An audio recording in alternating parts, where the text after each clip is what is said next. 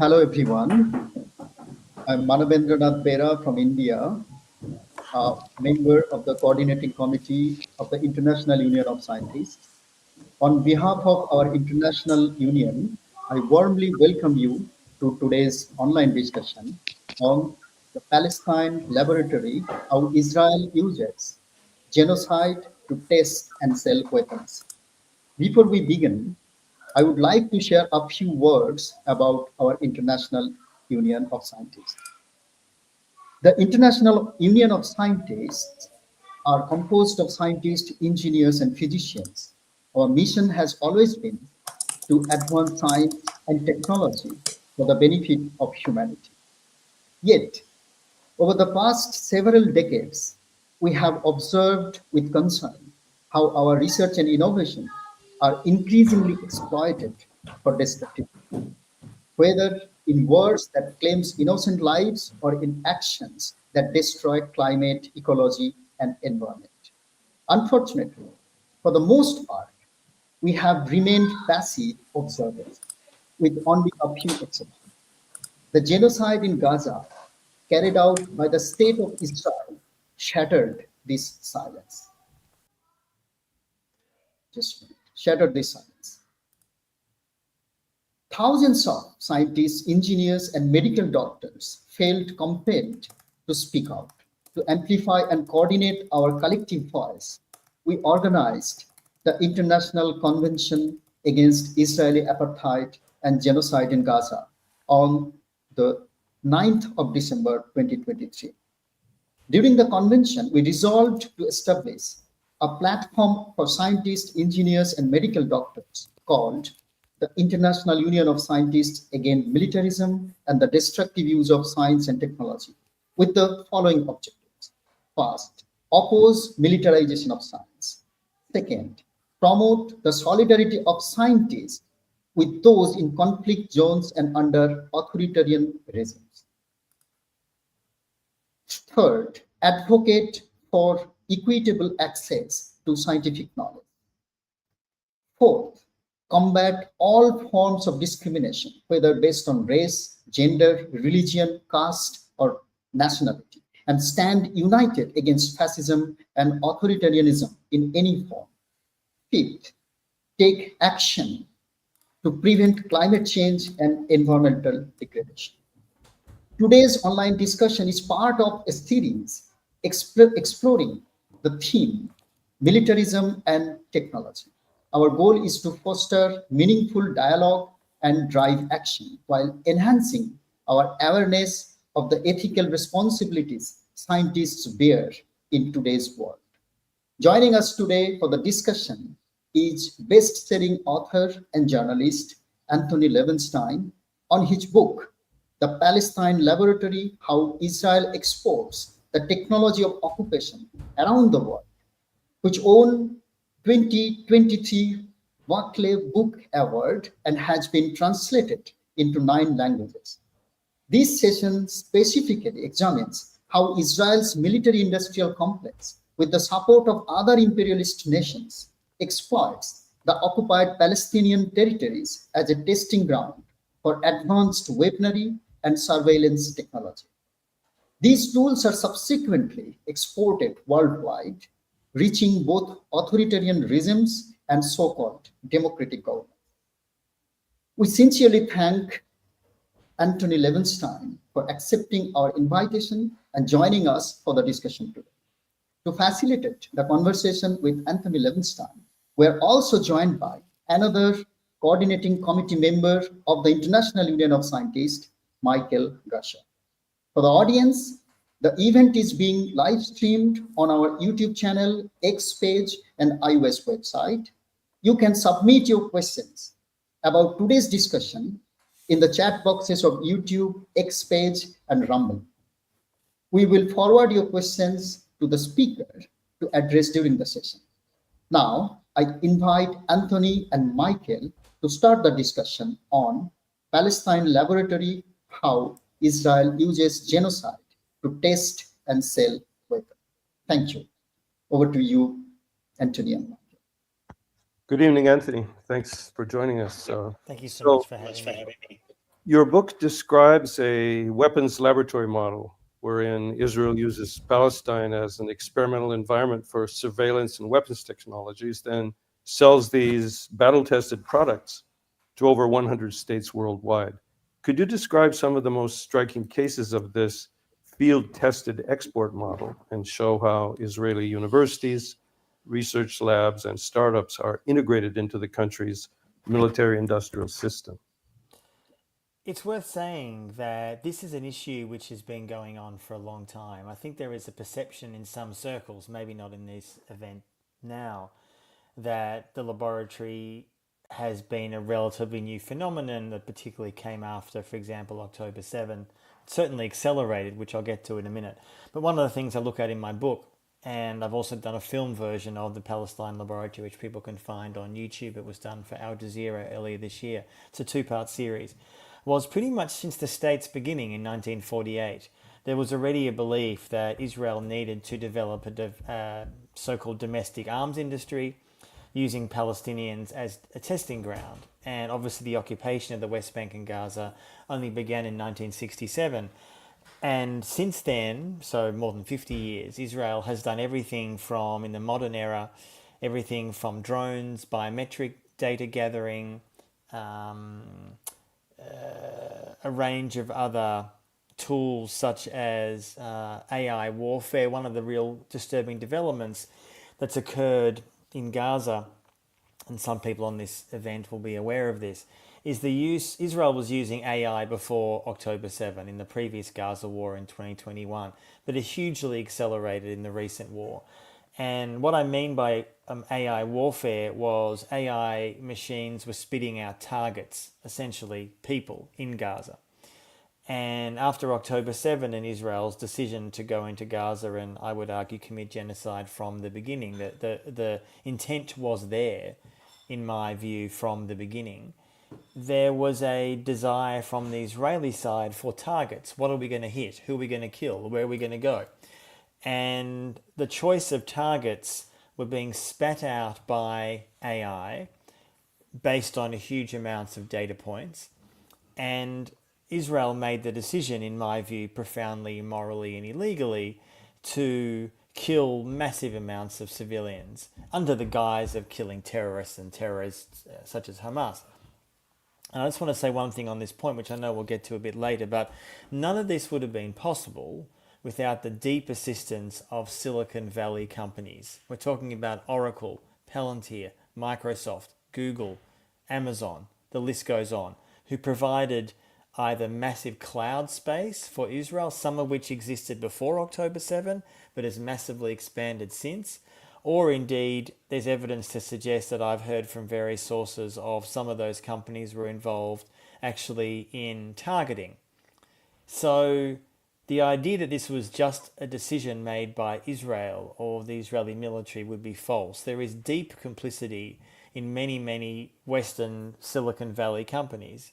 And I think in time there is a decent chance that some of those companies will be held to account legally.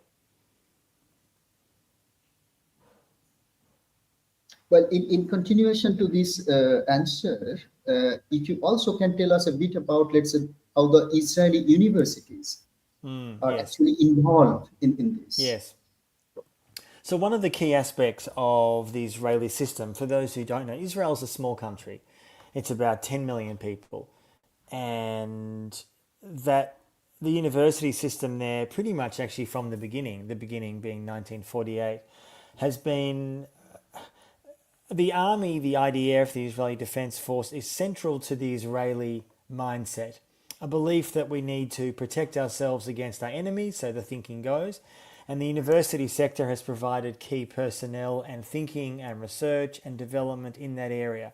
So a lot of the tools, and there's a unit in the Israeli military called Unit 8200.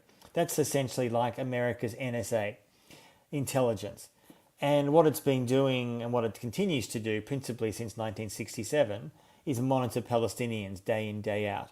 And a lot of the people in that unit leave the unit at some point and then form private companies. A lot of the development is done through Israeli universities. So we're talking about the potential of new surveillance tech, spyware on phones, mobile phones, cell phones, killer drones.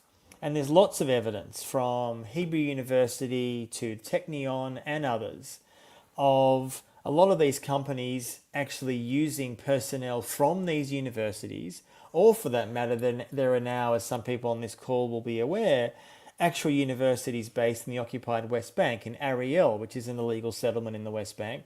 There's a university there. And what all these universities are wanting in the West is legitimacy, is credibility, is this idea somehow that we're just a normal university doing research and development. How dare you challenge our morality? You should partner with us.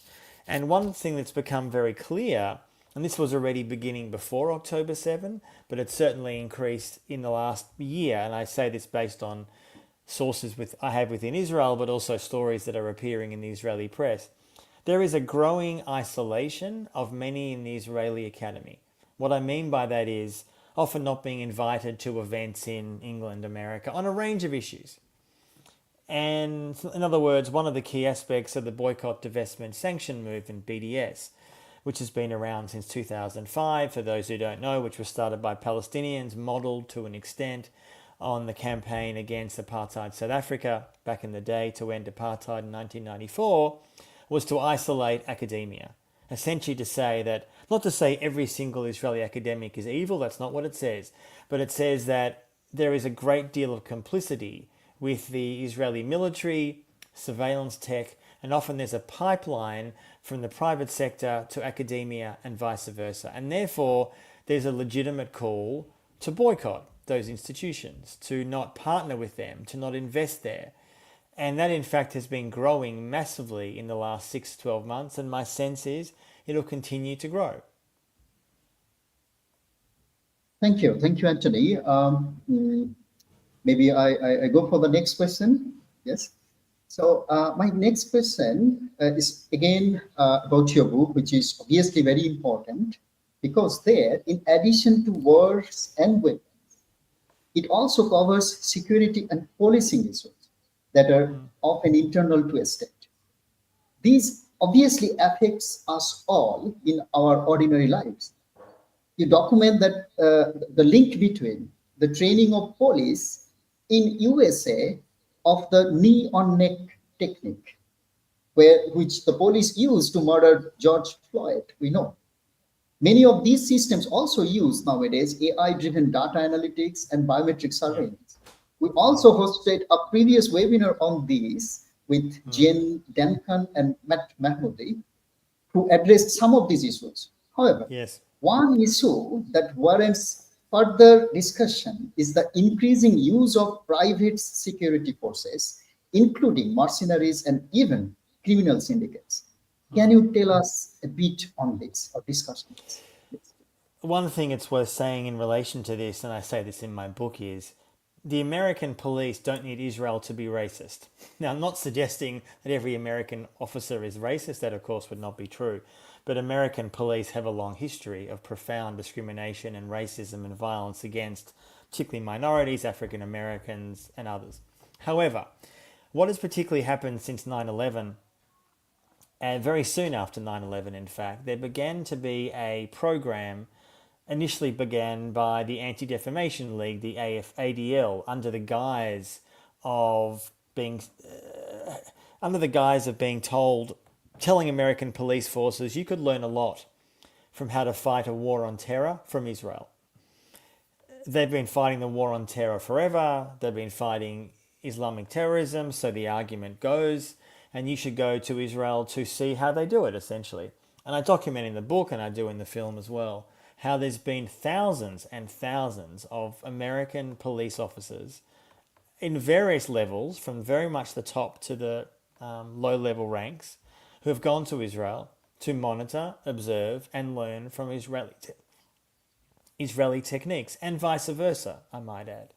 So Israeli police have a long history of profound racism against mostly Palestinians, and American police, of course, have a history of racism against African Americans especially. And they're learning from each other, and they don't even hide that. I mean, it's actually quite open. They talk about it. I mean, often the collaboration is not done publicly, but afterwards they talk about it. how much we learned from going to Israel, how much we learned from going to the US, to the point where, for example, a number of the US-Mexico border is obviously a highly politicized space, long before Trump came into office, of course. And as I document in the film and the book, there is a massive Israeli presence of surveillance tech there. A lot of the surveillance towers that the US has installed in Arizona are Israeli, made by Elbit. And I've been there. I've been literally right up to them. I was there last September.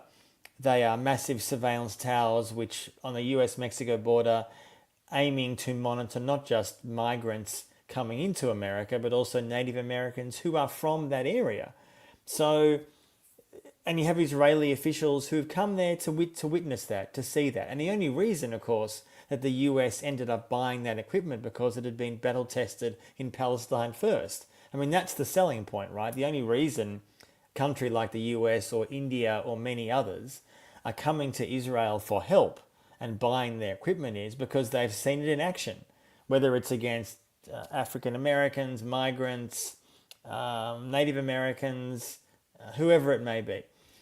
And you're right, one of the things that Israel has increasingly exported is this kind of concept of not just, how do I say this? Two things. The Israeli arms industry, just to give people a bit of a sense of what we're talking about here. The Israeli arms industry is the 8th biggest in the world. America, of course, is number 1 by far, and Israel's never going to beat that. But for a country of 10 million people to have an arms industry of such size is pretty remarkable, really. And they have sold, as was said at the beginning by Michael, we don't even know the exact number of people or countries that have bought this equipment. I estimate around 130, 140. This is over decades, not just in the last months.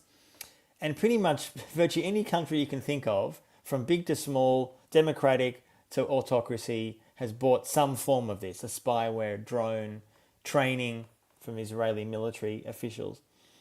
And the impact of that, particularly in the last 10 or 15 years, the issue that's got a lot of attention, which you didn't mention exactly, but it's worth mentioning, of course, is spyware. That's been ubiquitous, so Pegasus and others, essentially tools, spies that are installed on your phone, Android or iPhone, without your knowledge. You have no way really of finding out unless the phone is tested. And as I document in the book and in the film, this has impacted huge numbers of people from India. I was in India last year looking into this. India has been a massive user of Israeli spyware. Mexico, which for a range of reasons is the world's most obsessive and biggest user of Israeli spyware, which is a crazy story on its own. A huge numbers of other nations. And what Israel has been doing, particularly with Netanyahu, who's been prime minister with a few exceptions pretty much for the last 15 years, if not more actually, is he uses those kinds of tools as a diplomatic carrot. What I mean by that is he goes to a country, Rwanda, India, and others, and says, I'm sure you would love to get a piece of this equipment. You could spy on, the equipment is sold as going after criminals and terrorists, but in fact, in reality, it may do that as well, but actually it's also about going after dissidents and critics and journalists, etc. So what Israel will do is they'll go to these countries, as I said, the ones I mentioned and others, and say, we'll sell you this equipment for $40-50 million, which is not very much in the scheme of things. And in return, we would like you, for example, to change your vote at the UN. Now, it doesn't always work as neatly as this, but that's, you can see, and I document this in the book, country after country after country was buying this spyware, Pegasus and others, and their votes at the UN started to change. Like, this is how so-called spyware diplomacy works. And one of the things that's so disturbing is the countries that have bought this equipment, this buying tools, basically, it seems pretty clear to me, based on my sources, that both the Israeli company itself and probably the Israeli government is actually having access to that information. So what does that say to you about the leverage that Israel now has over, say, India, Modi, Orban in Hungary, when the list goes on and on and on? And although Pegasus is not as much used as it once was, although it is still used, there are many other tools that do exactly the same thing. and then it's not as known. And so what I worry about in this issue is spyware is an unregulated space. There's no regulation anywhere. The EU talked about it. They flirted with regulation, never went anywhere. And the impact of that is that spyware probably is one of the greatest tools of breaching privacy that exists today, because you don't know it's happening. You have no idea. The average person, and by the way, for those who think, oh, I have encrypted apps, I use WhatsApp or Signal. If your phone is compromised, those apps are useless. They can still be read. They can still be accessed by a third party, a government, an intelligence service, a police force, etc. And so I guess what I'd say to people is, I mean, some people sort of say, well, how do you avoid this? I mean, the only way to avoid it is not to use a cell phone at all, which is almost impossible in the modern era. Use sort of pen and paper again, which is quaint, but not very useful. But it's to be aware. It's to be aware that these tools are being used to abuse, and to have your phone checked, which you can do if you think you're vulnerable. Thank you. Let's go ahead. You. Go ahead, Manal. Yes. So yeah, thank you. So I kind of see two aspects to the answer you have given. One is obviously that this kind of the leverage Israel essentially used because of their so-called collaboration in terms of exchange of technology and the weapons. But at the same time, training the police forces is actually beyond that. It's more like kind of copying the authoritarian concept that the Israel essentially applying on their own people, or also the Palestinian people. Also, this concept is also somehow being exported, and that's how possibly there is also an additional thrust for the collaboration. This is first. Second, just for our audience, just to get them some idea about the extent of this spyware, and in particularly AI-driven technologies, can you also tell us a bit about like this blue wolf and the red wolf, the kind of spyware or the AI-driven technology the Israeli forces use in order to really control the Palestinian people, and obviously later on they export them to other countries? Let me answer the first part first. One of the things I talk about a lot in the book is Israel is not just selling weapons or surveillance. They're obviously selling that as well to countless countries, and some countries only want to buy Pegasus or a drone or a missile defense shield. Okay. But Israel is actually selling much more than that, and this is where it comes into the broader picture of how Israel has become, for many in the world on the right and the far right, a model, an ethno-nationalist model. Israel, and I say this as someone who's Jewish myself, although I'm not religious at all, I'm atheist, but I am Jewish. Israel is a Jewish supremacist state. I mean, it proudly discriminates against anyone who is not Jewish.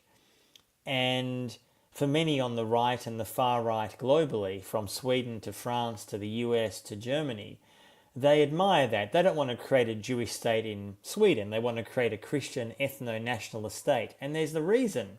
If you go to many of these far-right rallies, which I've been to for work purposes, of course, not because I support them, you often find the Israeli flag.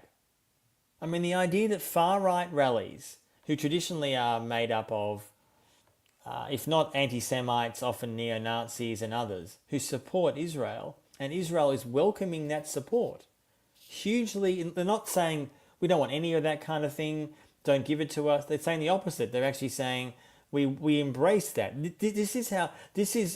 I would argue this is Israel's future. As the right and the far right surges globally, from Trump to elsewhere, they see an alliance based on not just convenience, but values. Anti-Islam, anti-multiculturalism, anti-diversity, anti-gay, the list goes on.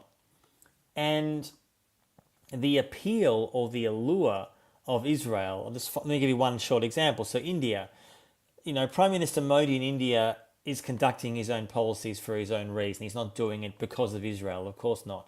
He's a Hindu nationalist, Hindu fundamentalist in my view, and he's trying to create a Hindu fundamentalist state while discriminating against 200 million Muslims in India. And he's doing that for his own reasons. of course. However, there's a reason why India and Israel are so close. Yes, it's a defense relationship and they're selling weapons and surveillance tech, to be sure, but they admire each other. I mean, Modi and Netanyahu have often talked about this. They admire each other's racism, which is what I call it. Israel's racism against Arabs and India's racism against Muslims. And that kind of ideological alignment, I think, is something that should deeply worry us, because it is, I mean, I don't need to tell people on this call, but India is a massively powerful and growing nation. And that kind of alliance is worrying because the vision of people like Netanyahu and Modi are remarkably similar. The second part of your question about blue wolf and red wolf, for those, let me briefly explain what that is. In the West Bank, not Gaza, in the West Bank, for a number of years now, a lot of Israeli soldiers have like an app on their phone, essentially. And what they do is day in, day out, they are going around Palestinian villages and towns from Hebron and others, and trying to gather key information about every single Palestinian. Biometric data, personal information, etc., and put it into a massive database. Of course, there's no access to that database. I can't see it. Palestinians can't see it. But the aim is to build a huge, massive profile of every single Palestinian, which of course gives you unbelievably incredible power over that person. You have the power to decide whether they can go from here to there. Israel has that power. A Palestinian might apply to leave to go to university in London, New York, who knows where. Israel will give some bullshit reason why they can't get out because of security reasons, whatever it may be. So the whole concept of mass surveillance done by this unit I mentioned before, 8,200, along with Israeli soldiers day in, day out, I think shows not dissimilarly to what the Chinese are doing to the Uyghurs in their country, documenting their every move, restricting their access to go from point A to point B, etc., is not that dissimilar to what Israel's doing to Palestinians and in the West Bank. And since October 7 and Israel's genocide in Gaza, Israel has been using similar tools, massive amounts of biometric gathering, instruments. I've seen photos of this. I've spoken to people who have documented this. Of course, it's very hard to get all the accurate information because it's been a war zone. There's been no international journalists allowed in, which remains to this day. I mean, the incredible courage of Palestinian journalists who have been killed in unprecedented numbers needs to be mentioned here. I mean, for those who aren't aware, no international journalists have gone into Gaza since October 7, unless they go with the IDF on a, as my friend says, like a dog and pony show, so essentially a propaganda trip. But no independent journalists have got in there. And that has not changed, by the way, even though there's a supposed ceasefire, although I would question how much of a ceasefire it is. No journalists have been allowed in. So, yes, there is an utterly lacking in transparency system of mass surveillance, enabled and supported by, I might add again, Western companies who are providing cloud services, including, again, Apple, Microsoft, Google, Amazon, Oracle, Palantir. Again, this was happening before October 7, and it's increased since. Thank you very much. You have documented and spoken today about how wars around the world have provided the Israeli weapons industry with lucrative opportunities, and how the danger of whatever is called terrorism in different local contexts functions similarly for the Israeli surveillance industry. To what extent would you say that this nexus of corporations and government that make up the Israeli military security industrial complex is actually in the business of encouraging, normalizing, and even manufacturing conflicts, the kinds of conflicts and insecurity that benefit them so much? Yeah, I think it's a huge factor. I mean, there's a few facts for people just to know the scale of this problem. In 2024, the global arms industry, so obviously not just Israel, but the US and Germany, Russia, China, spent around $2.5 trillion It's the biggest number ever. It's almost certain to go up again this year. We'll get the figures, of course, early next year. Israel was a key part of that, but not the only one, of course. And I think there's no doubt that I don't see Israel's genocide in Gaza. I don't think Israel has been in Gaza since October 7 simply to test weapons. That would be nonsense. Or to battle test and therefore sell. However, it's an important however, the arms industry is central to the Israeli economy. Never been more central. The latest figures we have were for 2024. We haven't got the figures for this year because, of course, the year's not over. And they were close to 15 billion US dollars. It's the biggest number ever by far. The greatest part of the world that bought the biggest amount of weapons was Europe, by far. Europe, particularly after the Russian invasion of Ukraine in February 2022, a number of European states came begging to Israel really to buy missile defense shields and various other weapons. Other parts of the world, India is a huge purchaser of Israeli weapons, the Arab states and many others. I don't think there's any question that the US, Israel and other nations, their military industrial complexes are excited by conflict. They encourage conflict. I'm not saying that necessarily, I don't think Lockheed Martin is starting a war yet, but they are central to how the US and Israel and others view conflict. I mean, as I have these quotes in my book, ending the occupation of Palestine would be bad for business, let alone the ethical questions around that, of course. And there are so many people now, after an occupation, which, as I said before, is the longest in modern times, who benefit. Yes, financially, I would argue ideologically as well. Obviously, there's a sizable number of the roughly 800,000 Jewish illegal settlers in the West Bank who are fanatics, not all of them, but a sizable majority are. They believe God gave Jews the land there and they have the right to be there and kick Arabs out. Now, it's not every single settler thinks that, but a sizable proportion do.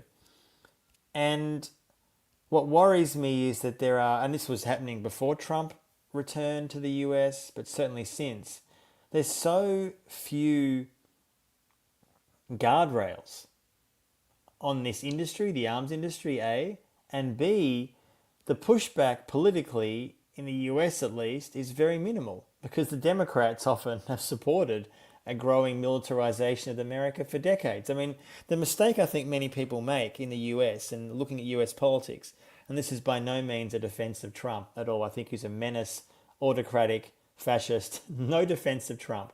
But the problem in America is not just Trump, at all. The militarization of the military-industrial complex over the years, in fact, often has been worse under the Democrats. Now, Trump is on one level an anomaly, and he's undeniably increasing the US defense budget. I'm not denying any of that reality. But these problems didn't suddenly appear when Trump returned in January. I mean, that's just delusional to think that. And what worries me is that when you have a two-party system like the US or the UK, or where I live now, Australia, there's not really a serious debate about what endless war means. There's obviously a lot of people who suffer from that, whether you're a soldier returning from Iraq with PTSD or an Iraqi civilian, or a lot of people, of course, are suffering because of endless war, or the prospect now, what many of us fear is a potential either invasion of Venezuela or the bombing of Venezuela or something, some way to overthrow Maduro, which seems, well, who knows if it'll succeed, but that certainly seems to be where we're moving, considering what Trump has been doing in the last few months. There's barely any pushback. There are some, to be sure, I'm not denying that, but very little. And I think what the impact of close to 25 years of the war on terror since 9/11 is that forever war massively benefits the Lockheed Martins of this world and various other startups that are now providing all the equipment that Trump and others want for their endless war. And when you have a growing authoritarianism at home, as I often say about Palestine, what happens in Palestine doesn't stay there. It just doesn't. Inevitably, the tactics and the tools that are used on Palestinians, which is bad enough, of course, inevitably end up being used against many others around the world, whether you're in a dictatorship or the streets of Washington or Sydney or London or New Delhi. And I think a lot of people are starting to wake up to that in the last 2 years, particularly since October 7. Let's talk about the last 2 years a bit. You've already mentioned some of what has happened, the increasing use of AI and the technology and so Yes. on. But if you had written your book after October 7th or today, would you have said that there's a kind of shift that's taken place in Israeli policy, or was this somehow predictable? And what would you say about the surprising, you might even say, success of the resistance in the face of the almost total Yeah. destruction of Gaza? The fact that the Palestinian resistance, Hamas, and Islamic Jihad has somehow survived in spite of the Yeah. assassination of all their leaders. What does this say about the battle-tested techniques that Israel is selling the world? This is a really interesting question. And I often compare it to looking at how the US has viewed many of its major wars in the last 50, 60 years, the main ones being Vietnam, Iraq, and Afghanistan. Now, on the one hand, there's no question that those wars America lost. I mean, it's just undeniable that they lost in any kind of way. However, and it's a very important however, they killed 3 million Vietnamese and maybe 1 million Iraqis and probably 300,000 Afghans. So the idea somehow that, inverted commas, the Vietnamese won or the Iraqis won or the Afghans won based on those figures is nonsense. But America clearly lost.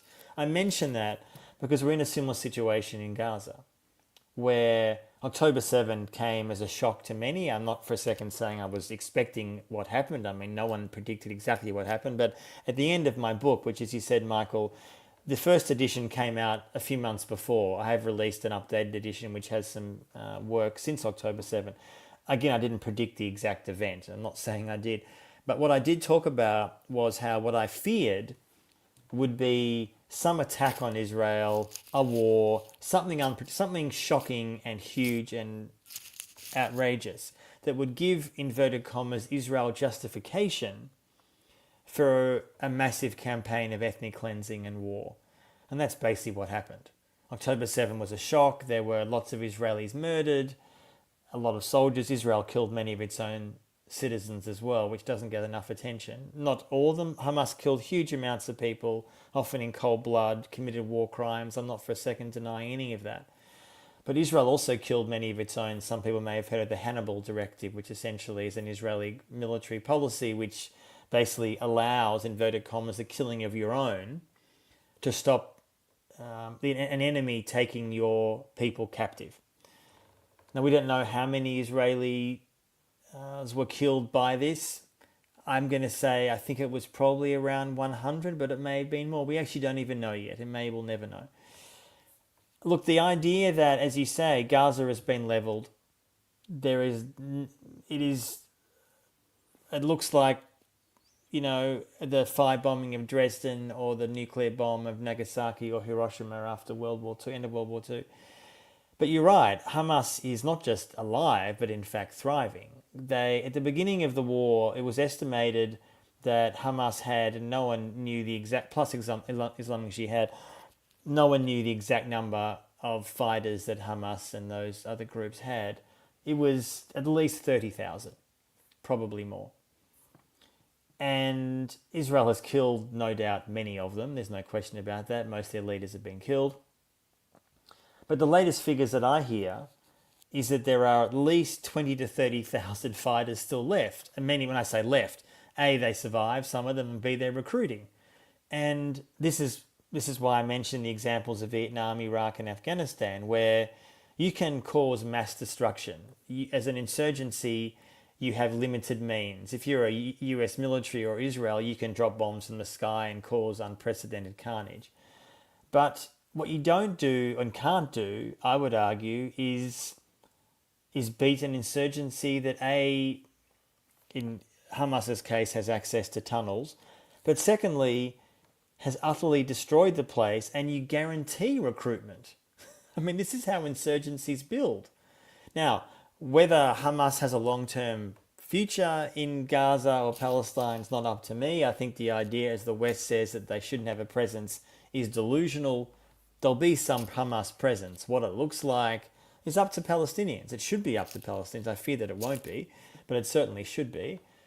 So you're absolutely right. The insurgency has, and again, like you saw in Afghanistan, men mostly in flip-flops and shorts who essentially, I wouldn't say brought a superpower to its knees, but certainly didn't lose. And again, I use those words very cautiously because anyone who looks at Gaza would hardly say Hamas has won. That would be delusional. Gaza doesn't exist anymore. It's been destroyed. And no one in Hamas would be standing up and saying, what a glorious victory. Maybe some would be, but that would be delusional. But as a political and military force, they survived. And in fact, are growing. Okay, so Mana? it kind of like that they wanted to kind of say that how efficient in killing people Yes. instead of whether they're winning or coming to a political solution. Because history shows that by any military invasion, you rarely, in fact, almost nowhere, you have essentially resolved a political issue or geopolitical issue. Well, I will go to the next question with this. So, from your perspective, because we are the International Union of Scientists, and obviously we would like to see our role. For example, how complicit are the scientists, engineers, the medical doctors, knowingly or unknowingly, in sustaining this military security apparatus in Israel and elsewhere, maybe on the national or even on the international level? And what kind of institutional transformation or the policy framework would you like to see emerging from an international union like us? And what message would you would like to give to the scientists, engineers, or medical doctors who wish to reclaim science for peace and human dignity rather than militarized control?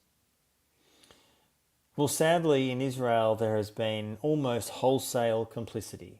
I'm not saying every single Israeli, of course. There's been some very brave Israeli Jews who have spoken out who have not been complicit at all. Of course, that's true.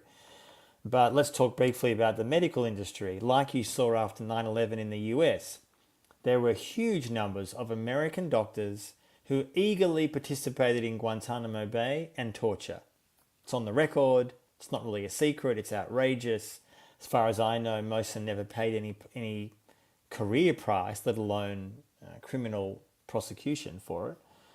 In Israel, it's been remarkably similar. We hear a lot about the Hamas torture of Israeli captives, which I believe, I'm not doubting that wasn't the case. They obviously were starved, along with, by the way, Palestinians themselves were starved. But clearly, a lot of Israeli captives, you saw the images, they were skeletal, and I'm not for a second defending that.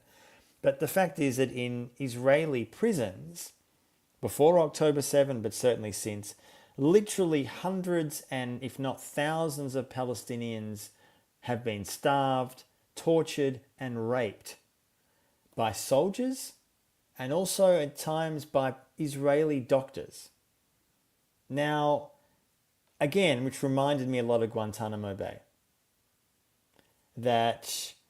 and frankly, the amount of, and this is a remarkable statistic, in Guantanamo Bay, which of course remains open to this day, by the way, and there are still some detainees there since post 9/11 who remain rotting away just in the most horrific circumstances, sort of forever detainees. There were far less detainees murdered by American forces that have been murdered by Israel in Palestine in the last 2 years. In other words, there have been at least 70 or 80 Palestinian detainees that have been murdered in Israeli prisons since October 7, sometimes with the direct complicity of Israeli doctors in that torture.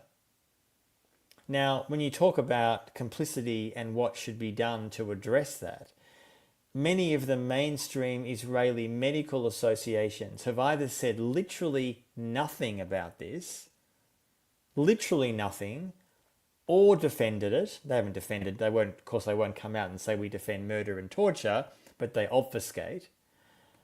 And therefore they're begging the West, don't boycott us.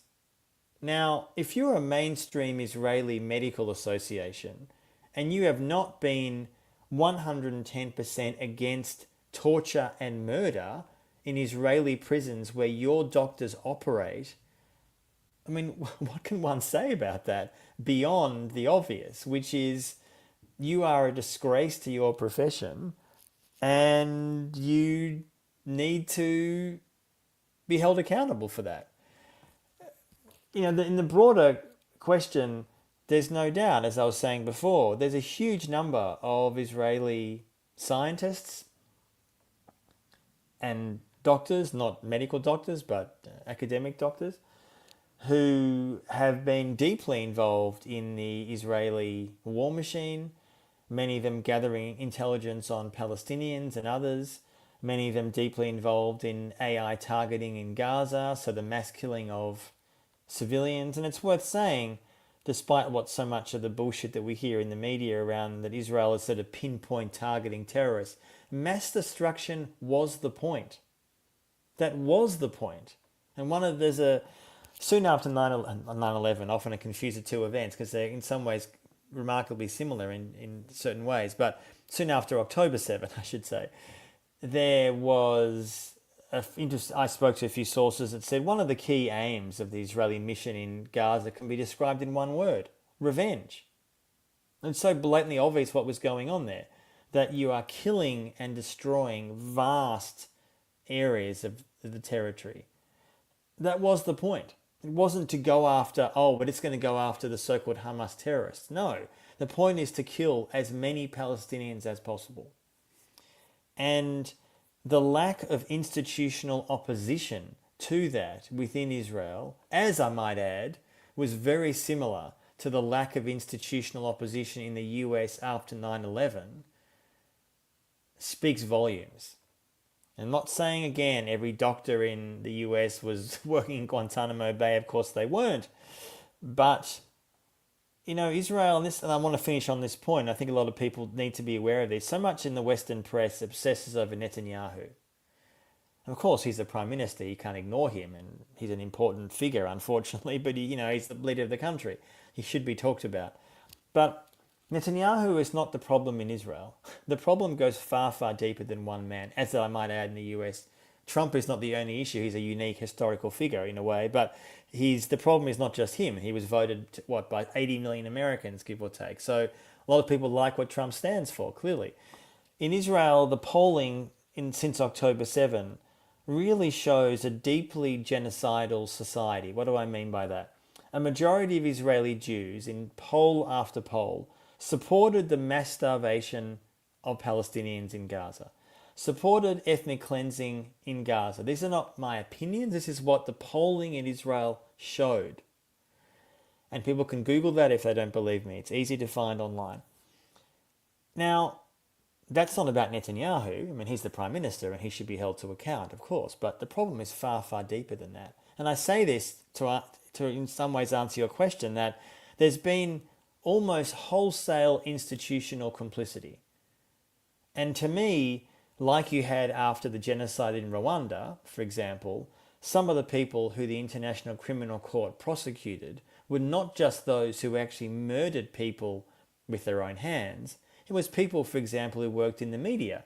They did not kill one single person. They didn't shoot anyone, they didn't kill anyone, but they were inciting genocide, basically. And some of them have been found guilty of that. Exactly the same thing happened in Israel. In parts of the media, parts of the medical profession, people can find this online, who were calling for, you have, I can remember, I can't remember on the name off the top of my head, but you had leading figures in Israel's medical profession on social media calling for ethnic cleansing. Now, almost like that's all. That's the mic drop. That's your answer. What can one say? Again, not everybody, but huge amounts of people. They were caught up in what I call genocidal mania, and that has not changed in Israel. It is still there, and it runs deep.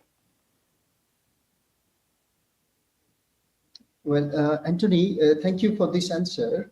I just want to have, because you mentioned about the problems and the complicity, somehow we are entangled into this, this Yeah. industrial, military industrial complex, or even in genocide, ongoing genocide in Gaza. But if we want to, let's say,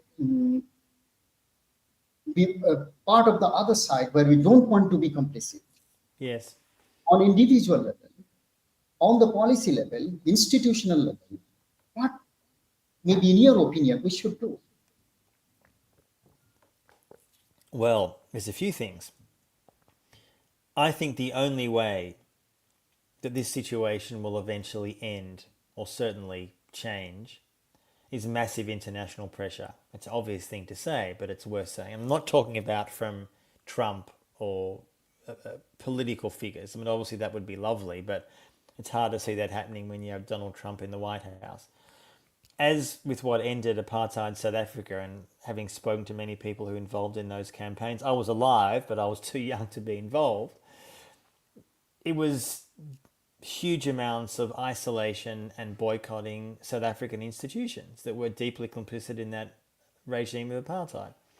Now, the idea that you would have mainstream Israeli medical associations given legitimacy in the West, as one example, they need to be isolated and boycotted. You don't do partnerships. You don't, as individuals or groups, partner with Hebrew University or the Technion, which have been deeply complicit in the development of weapons and surveillance for years.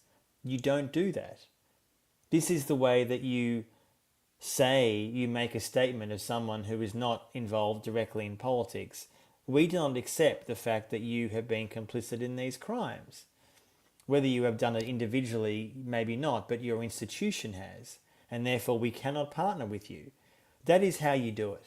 And I think there is a real scope for International Union of Scientists to be doing that, because you work in so many different areas, and there are many, many Israeli institutions which are very keen to maintain that so-called legitimacy, to be part of the so-called normal civilized world. I use those terms very advisedly, but you know what I mean when I say that. And they're going to be looking even more so now that the war is, at least in theory, winding down. I mean, I'm very skeptical, which we won't get into, but, we're now being told that we're moving to the next phase and it's going to be rebuilding and all the other nonsense, which I think is not likely to happen very quickly, if at all. These institutions want to partner with Western organizations. That's what they want. And we should say no. If you have, as I said, the head of Israel's medical association calling for ethnic cleansing, people can Google that if they, I can't remember the name of the person on top of my head. You do not partner with those people. There's no way to kind of talk through the issues. I mean, you can talk to them, sure, but you don't partner with them. I mean, it's a no-brainer to me. So that's how you do it. You isolate. It may be a sort of imperfect tool, so to speak, but I do not see any other viable way, and it has worked in other contexts and other conflicts. There's no reason why it can't work here, even more so because Israel still maintains so much international support. US, Europe, the Arab countries, etc. Thank you, Anthony. And so also joining us for this discussion, Professor Asaf Kauri. Asaf is also an international organizing committee member of International Union of Scientists. So Asaf, please, if you have some questions, please get it. Thank you. Well, anyway, can you hear me, Anthony? Yes, I can. Yes. Yeah. The very last question, anyway, brought up some of the things that I've been thinking about. I think you brought up many important points. For example, I'm here in the United States myself, and the extent to which people would like not to remember, I'm talking about commentators, not to remember what was before October 7. And you pointed out this is not only October 7. You pointed out it's not even 67, it's not even 48. There was a recent book, I'm sure you heard about it, by the Palestinian historian Rashid Khalidi. The title is The 100 Years War on Palestine. Yes, I've got it just out of sight there. Yes. Okay, is there? There was another book about, I think, 7, 8 years ago that is in harmony with that book by Rashid Khalidi. It's history.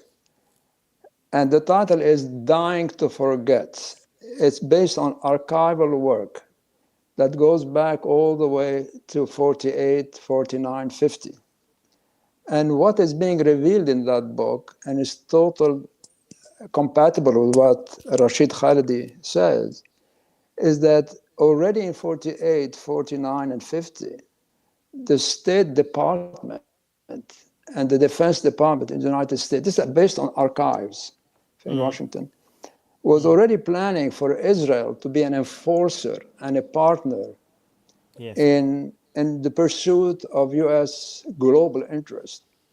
Yeah. So it's not, as you point out, it's not only, it's way before October 7, it's way before, we can both, that is there. And you have many pointers to that history in your book. I would like to connect this to your other book, your more recent book. I'll tell you why, how. So you have another book that came more recently, or it's a collection of essays more recently. Yes. Yes. Which it's the title, I'm writing it in front of me, is After Zionism, One State for Israel and Palestine. I've read a few pages. I didn't read the whole thing. That's some okay. of the authors, some of the authors are fairly, they're in the United States. I mean, yes, they write often. And given the reality of Israel, the state of Israel, given that history, given what you just pointed out a few minutes ago, this is not like, we're not talking about just the government. This is a place where 82%, this is the last poll, are in support. 82% of that population are in support of ethnic cleansing. They are supporting what the government is doing in Gaza. It's very difficult to absorb that and to understand how this is going to be. And then when you, in that collection of essays, basically, yes, you say it in the introduction of your other book, the Palestine Laboratory, the only way, it's not going to happen tomorrow. It's not going to happen next year or in 5 years. The only way we're going to come out of that is a one state where everybody between the river and the sea will have an equal right. Yeah. And then, I mean, here's the question. Given that reality, have you given some thoughts to what are possible you mentioned external pressure. Do you foresee, do you have some hope?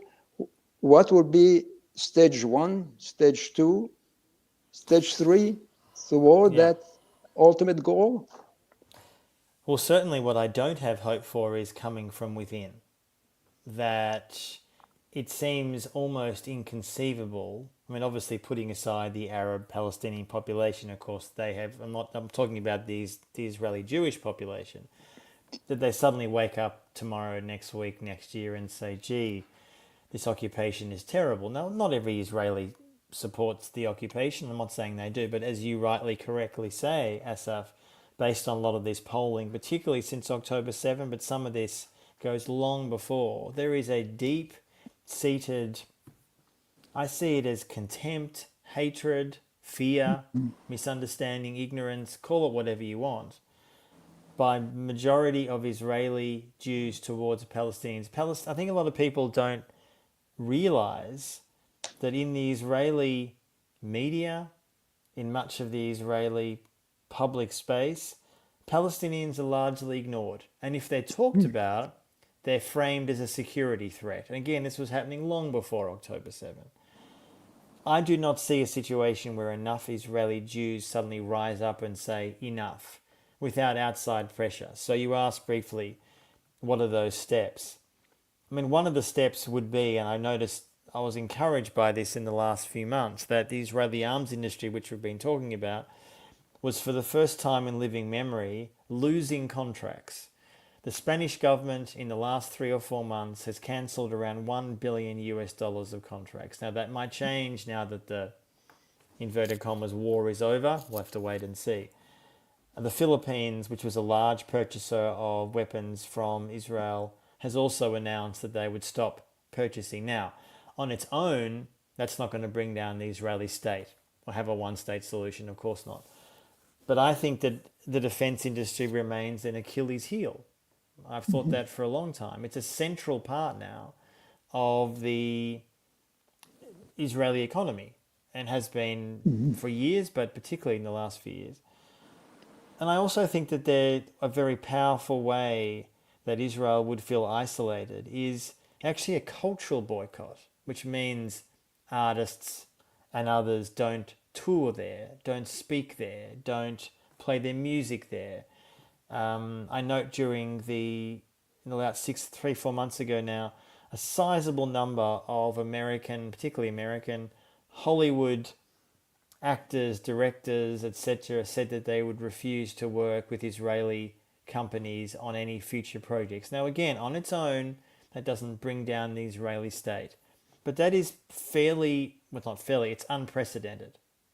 It's unprecedented. It's never happened with Israel. That's how it happened with South Africa. So I think, and finally, the final part of my answer is the challenge that many in the so-called pro-Palestine movement, for want of a better expression, have. How do you take the unprecedented amount of public outcry, anger, marching in the streets, and take that to political action? And there's no simple answer to that. It's certainly, in my view, not thinking about the Democratic Party in America. Not that people on this call might think it is, but I don't think it's going down that particular path. But at the same time, in the US, that is a real challenge.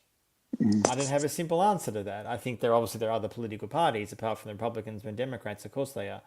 But they're not likely to make the White House, assuming there's even an election in 3 years. I saw today Steve Bannon, one of Trump's advisors, says, we're very sure Trump's going to run for a third term. It's happening. It's not even up for debate anymore. It's like, okay, this is where America is heading. I'm not saying it's inevitable, but this seems to be where America is heading. So I think those kind of pressure points, cultural boycotts, institutional boycotts, and trying to put pressure on the defense industry to almost shame them, which is not so easy for a corrupt industry like that, is a really important thing. But it's going to be bloody hard, is the short answer. And I do think that inevitably, yes, I think a one state is something I've believed in for a long time. I think it's inevitable, but it ain't going to happen overnight. And it's going to be a lot of pain and bloodshed before we get there. So, Anthony, we're scheduled for an hour, but we actually have a number of questions from people watching. I wonder if you have a few minutes you could... Sure. I'll give short answers, so let's do it, yes. So, there we go. Isn't it a motive for relaying target selection to AIs, apart from efficiency, that it somehow creates the illusion that no one is responsible for decisions no sane person would like to take? I do like the fact that the commentary is the emperor has no pants. Whoever that person is, I like your handle there. Well, yes, is the short answer. I mean, that is definitely part of it. And although the problem that Israel has with that is that we now know that many of the major Silicon Valley companies have been directly involved: Microsoft, Google, Amazon, etc. And interestingly, in the last month or so, some people may have seen that Microsoft, which had contracts with Israel before October 7, but accelerated afterwards because Israel was in such demand for massive cloud space to put all the data they were using in their war machine, they needed Microsoft to help them, essentially. There was a story a few months ago in The Guardian, the British newspaper, which caused a bit of concern, and Microsoft apparently is no longer providing that part of the cloud service to Israel. That's what they claim. Now, I have no way of checking that. I'm a bit skeptical. I guess what I'm saying is that public shaming can work. And I think also, just to finally answer that question, I think it also goes to the heart that we have been told for years that the whole so-called benefit of AI warfare is it's going to be more precise. It's going to be war is going to be cleaner. Well, it's bullshit. I mean, look at Gaza. As I said, the point in Gaza was not that. The point, in fact, was the opposite. The point was to literally just cause carnage, and that was a mission accomplished, right? As I said, we can talk about how Hamas and Islamic Jihad are still standing, which they are, somehow. I mean, often I wonder how that actually has happened after 2 years.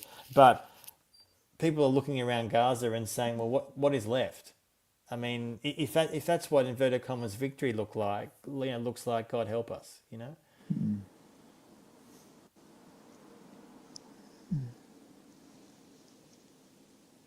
As a Yeah, that's a researcher good in new question. technologies, quantum technologies, what can I do to make sure my findings are not used in the battlefield or for repression?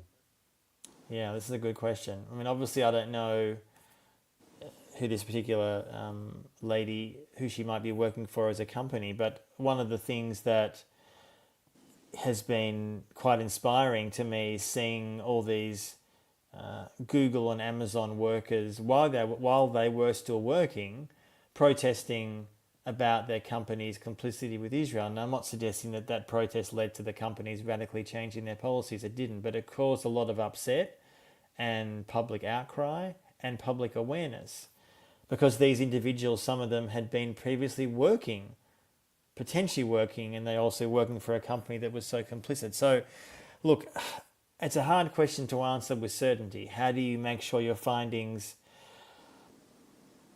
I mean, certainly don't work with any of the major Silicon Valley tech companies that you know are working with Israel. That'd be a good start for one.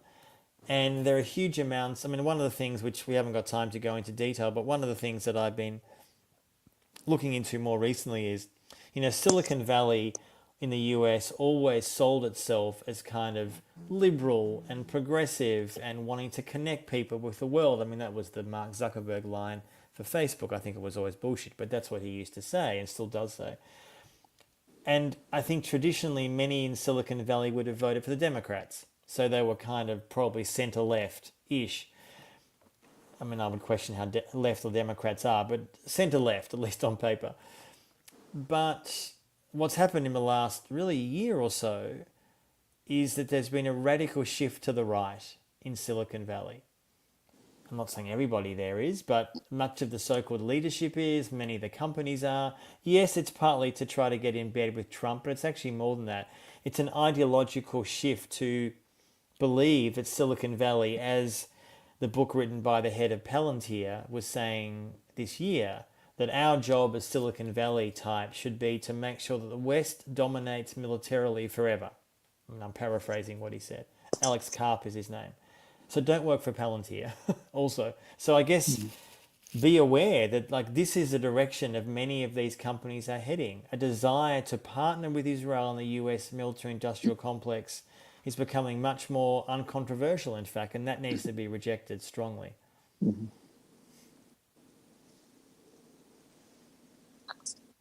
When Dr. Ghassan Abusita, a Palestinian British surgeon working as an aide doctor in Gaza, told that the Israeli government was stealing death bodies to examine Israeli-made bullets. Is this continued? Yeah, I guess the question could be, is that true? Yeah. It's very hard to get confirmation about this. I mean, I've read this as well. I mean, there's been allegations have happened, by the way, before October 7 as well, about Israel stealing organs as well, which I read about again recently. I'm not saying it's never happened. There's some evidence that it has in years past. I don't think it's been on a massive scale. And because it's been essentially a war zone for 2 years, it's almost impossible to actually get, in the hospitals and the doctors, the Palestinians are so overwhelmed by the fact that the hospitals have all been destroyed and bombed, and they're just trying to survive day to day. I mean, I guess the question is, I'm not sure. Is that what has been going on, or we need more research? Is the short answer.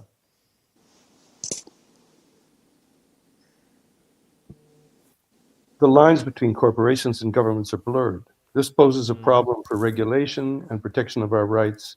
Is there any hope for the international institutions to rein this in? I don't want to say to people that there's not, because that'd be a depressing way to end the event, wouldn't it? Well, as I mentioned before, when it comes to, say, spyware, of which Israel is not the only player, but a key one, there has been none, really. The EU, as I said, flirted with it and hasn't really gone anywhere because no country seems to want to do it because they're so keen to want to have access to the spyware themselves. There is some moves. I mean, I wouldn't say I'm massively encouraged, but at least there is some increasing regulation, or at least an attempt at some form of regulation in the EU in relation to AI and copyright. As someone who's a writer and a journalist, I'm well aware that my books have been stolen by many of the big AI companies in their large language models. Of course, I never got compensation for that, of course. The EU, at least, is more open to having those conversations. But I see it in some ways with AI stealing all our information quite similarly to how I see Uber. Very different company, of course. Uber comes into all these countries and essentially shafts all the taxi companies, breaks all the laws, and then eventually governments simply accept their presence rather than kicking them out. In other words, Uber has become so ubiquitous in so many countries now that there's a sense that governments are scared to get rid of them because of the massive lobbying power that these companies have. And with AI, I feel it's the same. I mean, the AI companies, many of them, have hoovered up and stolen, in theory, every single piece of information that's on the internet without compensation. And the problems they're having now is they've run out of data. They've run out of information because they've stolen everything, right? Not that I feel sorry for them, by the way, but I mean, that's the reality. So, I mean, I am eternally frustrated with the lack of any serious AI regulation, including in the US, which won't happen while Trump's in power. That's for sure. He seems to be embracing them even more. Yeah. Thank you, Anthony. Actually, also for the audience, that we need to finish the discussion. Yes. And so obviously, firstly, I would like to extend my thanks to Anthony for the insightful discussion. I also thankfully acknowledge the active participation of our audience, which made this discussion interactive and engaging. The discussion has offered an in-depth analysis of how Palestine has become a testing ground for the Israeli military complex, ranging from surveillance and home demolitions to indefinite detention and brutality, alongside the high-tech innovations that fuel so-called startup nation. The disquieting use of information and military technology for destructive aims, leading to the tragic loss of innocent lives and violation of every human right and the right to self-determination of the Palestinian people. It is a crime against humanity. As scientific and technological research is increasingly being shaped towards military applications, we are compelled to confront our role in the widespread weaponization of our innovation. This, in turn, facilitates the escalation of regional and global conflicts within the complex military-industrial framework. Modern science and technology, from the development of lethal weapons and invasive surveillance systems to the enhancement of AI-powered arms, are being used in ways that dehumanize and threaten human life. Techniques refined in international conflicts are now being employed domestically to curtail freedoms, suppress dissent, and commit serious human rights abuses. The growing diversion of research and development funded by major imperialist powers towards military purpose has transformed the global arms race into a contest of scientific and technological supremacy. As scientists, engineers, and physicians, we are the driving force behind these advancements. It is imperative that we take a principled stand against our complicity in this military-industrial complex and work toward a world where science serves humanity, upholding the values of life, mutual respect, social responsibility, and environmental preservation. This mission cannot be achieved through individual efforts alone. We must unite, organize, and act collectively to uphold our responsibility to protect humanity and the planet. To this end, we have established the International Union of Scientists Against Militarism and Destructive Use of Science and Technology. And we invite you to join this global platform and contribute to our shared objectives. Please support us by signing up or subscribing on our website. As we conclude, I would like to once again thank Antony Loewenstein for generously sharing his time and insights. A special thanks to our audience. Your participation was key to making this event a success. I'm also grateful to Natalia, Michael, Adam, Asa for expertly facilitating the discussion and coordination, and particularly to Adam for managing the online platforms. Finally, sincere thanks to the organizing committee members of International Union of Scientists for their dedication in bringing this event to life. With that, we officially close today's event and look forward to welcoming you on board in our efforts for a better tomorrow. Thank you very much, everyone. Thank you. Thank you so much, everybody. Thank you for having me. Thank It's you. been a great conversation. Thank you. Thank you.